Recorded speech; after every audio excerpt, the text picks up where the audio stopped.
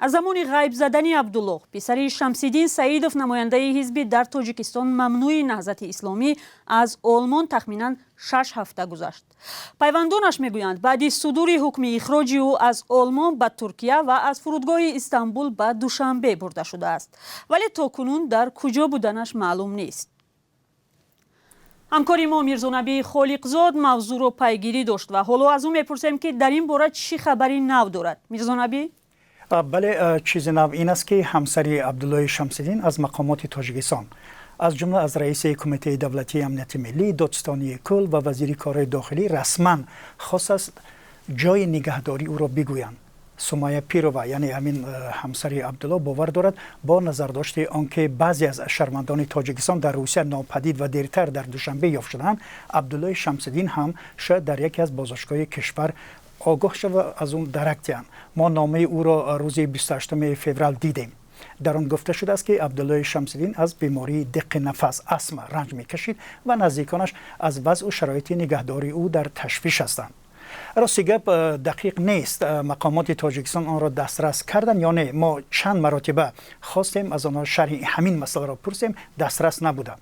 ولی در ماه فوریه دادستانی کل و وزیر کارهای داخلی تاجیکستان گفتند که درباره در کجا بودن عبدالله شمس‌الدین یگان معلومات ندارند. در عین زمان پدرش نیز از سازمان‌های بین‌المللی خواسته است برای یافتن او کمک کنند. این است. بله، نزدیکانش نمیگویند که تا این مدت عملا برای یافتن او چی کار کردند؟ ببینید، پس از اخراج عبدالله شمس‌الدین همکارانش و نمایندگان سازمان‌های حامی حقوق و نمایندگان بعضی از سازمان‌های مخالفین تاجیک در آلمان اعتراض و گردهمایی کرده بودند، ولی از طرف مقامات این کشور اروپایی پاسخی دریافت نکردند. آنها تشویش دارند که عبدالله شمس‌الدین به سبب پیروی از حزب در کشور ممنوع نهضت اسلامی و هم قضیه پدرش شمس‌الدین سعیدov که در تاجیکستان غایبانه به زندان محکوم شده بود، شکنجه و زندانی خواهد شد. بنابراین می‌خواهند آلمان او را پس برگرداند. عبدالله شمس‌الدین 32 ساله است، صاحب 2 فرزند و از سال 2009 به این طرف در آلمان میزیست. درباره طرز اخراجش گفتگوزار زیاد است. پیوندانش میگویند قضیه او به نوشتن معلومات‌های خطا هنگامی در آمدن به قلمرو آلمان و گرفتن پناهندگی ربط داشته است. اما یک نماینده سفارت تاجیکستان در برلین در ماه ینور گفته بود که او قبلا به گمان زورآوری به یک زن بازداشت بود و به پرداخت جریمه موظف شده بود. نکته ای که بعضی از نزدیکانش رد نمیکنند، اما میگویند این حادثه 11 سال پیش است و حل شده بود. این است.